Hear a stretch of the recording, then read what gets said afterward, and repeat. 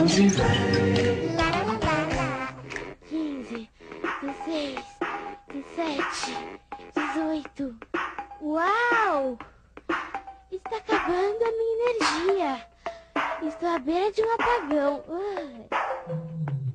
Nossa! Mãe, que escuridão! O que aconteceu? Xi, acabou a energia elétrica, Kika. Ué, mas de onde vem a energia elétrica? Da água? E como que ela vem parar na nossa casa? Pelos fios. Pelos fios? Isso. E a gente pode desperdiçar energia? Não, Por quê? porque senão acaba. Isso mesmo. De onde que vem a energia que tu vai pra casa? E como ela chega na nossa casa?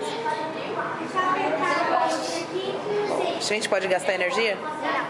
Não? Por quê?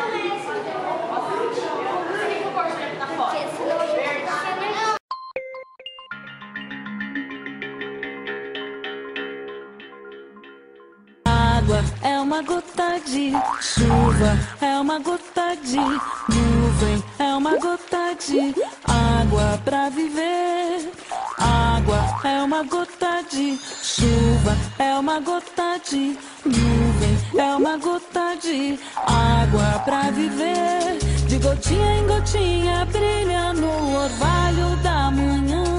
De gotinha em gotinha limpa o oceano de amanhã.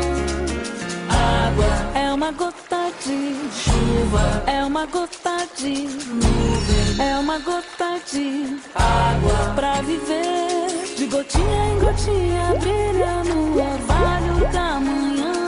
De gotinha em gotinha limpa o oceano de amanhã.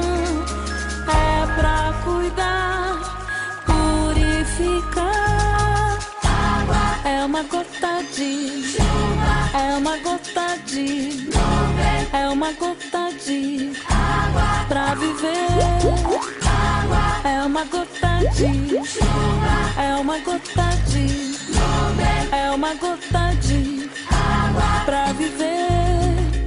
Era uma vez uma gotinha de água redondinha e bonitinha. Um dia ela estava tomando banho de sol.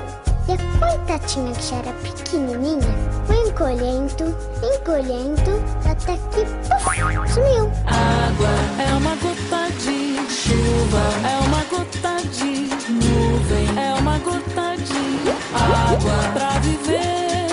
Água é uma gota de... É a hora que acaba a energia no filme da Kika? Por que acabou a energia? Olha pra mim. Ah, é? E a gente pode gastar? O que a gente tem que fazer pra não gastar energia? Tem que usar um pouquinho de luz. Isso mesmo.